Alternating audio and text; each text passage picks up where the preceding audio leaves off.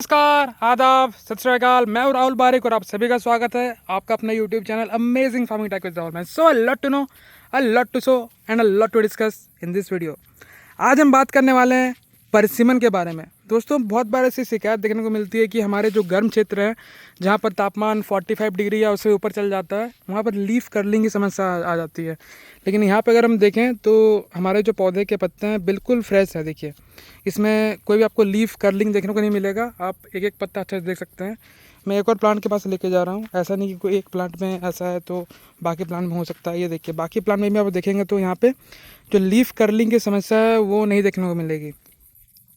इसमें बात सबसे इम्पॉर्टेंट ये है कि कुछ वैरायटीज़ जो है हीट रेजिस्टेंट है और कुछ वैरायटीज़ जो है हीट को टॉलरेट तो कर सकती है, फ्रूटिंग भी आती है। लेकिन पौधा अगर आप अर्ली स्टेज में फ्रूटिंग ले लेते हैं तो उसमें जो है प्लांट स्ट्रेस में चल जाता है और फिर प्लांट ग्रो ही नहीं कर पाता है।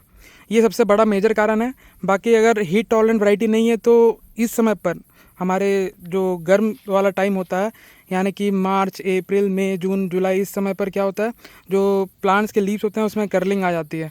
मैं आपको एक प्लांट दिखाता हूँ जिसमें फ्रूट्स आया था, उसमें प्लांट अभी स्ट्रेस में है और ये डिफरेंट वैरायटी है। ये देखिए, हालांकि इसके जो पत्ते हैं काफ़ी कीड़ों ने भी काफ़ी खाया हुआ है, लेकिन यहाँ पे बहुत ज़्यादा फ्लावरिंग आया हुआ था, तो इसमें थोड़ा सा प्लांट स्ट्रेस में है। इसमें फ्रूटिंग नहीं लेना चाहिए था, क्योंकि आपको दिखाना था कि हमारे एरिया में फ्रूटिंग आती है, तो इसीलिए हमने लिया। लेकिन अगर आप 3 साल तक अगर फ्रूटिंग नहीं लेंगे परसिमन के प्लांट में, चाहे कोई वैरायटी हो, तो आपको बेटर रिजल्ट देखने को मिलेगा।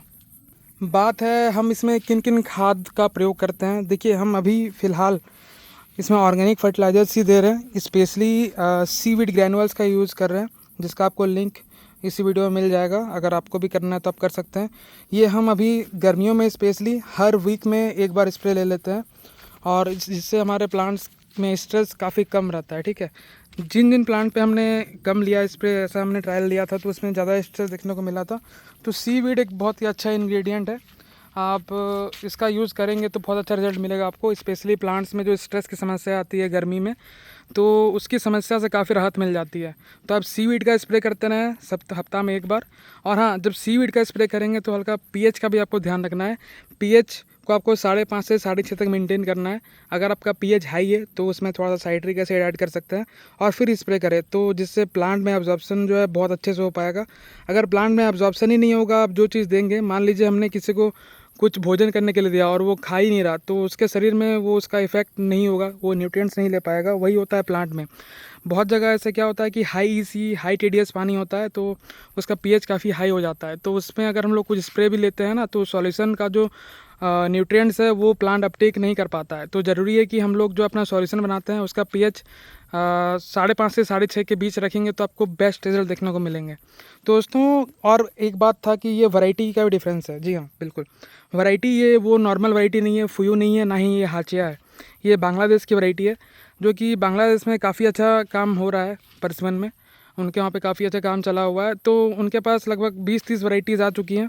तो ट्रायल में जो वैरायटी का रिज़ल्ट अच्छा रहा, वही वैरायटी को हमने लेकर आए हुए हैं यहाँ पे इंडिया में, ताकि आपको दिखा सके कि इस वैरायटी में हीट को सहने की क्षमता बहुत ही अच्छा है। ये कर्लिंग नहीं होता है। सबसे जो मेजर प्रॉब्लम आता है, क्या होता है कि लीव्स जब कर्ल हो जाते हैं तो वो फोटोसिंथेसिस की प्रक्रिया स्लो हो जाती है, अच्छे से नहीं हो पाती है और प्लांट और ज़्यादा स्ट्रेस रहने लगता है। ठीक है, तो ये एक मेजर इशू रहता है।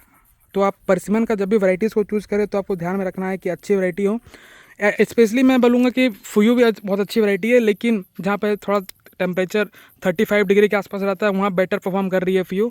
लेकिन अगर जहाँ पे टेम्परेचर 40 डिग्री, 45 डिग्री, 47 डिग्री जा रहा, तो उसमें आप ये बांग्लादेश वाले वैरायटी को लगा सकते हैं। और हाँ, वैरायटी का डिस्क्लोज़ हम करेंगे बहुत जल्दी। इसकी बुकिंग हम लेना स्टार्ट कर दिए हैं। अभी फ़िलहाल बांग्लादेश के नाम से ही हम इसको बुकिंग ले रहे हैं, लेकिन आने वाले समय में और भी 2-3 वैरायटीज़ हैं, तो उसका एक साथ हम कोशिश करेंगे कि बताने हैं। क्योंकि इसमें फ्रॉड बहुत हो जाता है ना। हम बोल देंगे कि ये वैरायटी हमारे पास है तो बाकी सब लोग बोलने लग जाते हैं कि हाँ, ये वैरायटी हमारे पास है। तो ये एक बड़ा मेजर इशू होता है। तो इसीलिए हम तो खुद काम करते हैं, हम सिर्फ प्लांट सेल नहीं करते, हमारा खुद का भी यहाँ पे जो है ट्रायल प्रोजेक्ट लगते रहते हैं, डेमो प्रोजेक्ट लगते रहते हैं, ताकि जो भी किसान भाई हमारे फार्म पर आए तो उनको भी एक्चुअल पता चल सके रिजल्ट का कि हाँ, हमारे इस गर्मी में प्लांट कैसे चल रहे हैं। ऐसा ना हो कि सिर्फ हम आपको प्लांट ही सेल करते रहें और आप बस नाम सुन के प्लांट ले लें, लेकिन बाद में जब आप ट्रायल या कुछ पौधे लगाने की सोचते हैं तो आपके पास उस टाइम रिजल्ट नहीं होता है। तो हम चाहते हैं कि जो भी हमसे प्लांट लेके जाएंगे उनके पास रिजल्ट भी होना चाहिए, डेमो भी होना चाहिए, कि हमारे जो गर्म एरिया है वहाँ पर कैसा रिजल्ट है। अगर हमारे यहाँ पे 45 डिग्री टेम्परेचर जा रहा है और अच्छे पौधे चल रहे हैं, तो आपके यहाँ पे भी अगर 45 डिग्री जाता है तो वहाँ पे भी पौधे अच्छे चलने चाहिए। हाँ, ऐसा नहीं है कि पौधे ऐसे ही बड़े हो जाते हैं, आपको इसका ध्यान ज़रूर रखना पड़ेगा। अगर आप सोच रहे हैं कि सिर्फ पौधे लगा के छोड़ देंगे और साल में एक बार देखने जाएंगे, तो वैसे में तो नहीं हो पाएगा काम, ठीक है।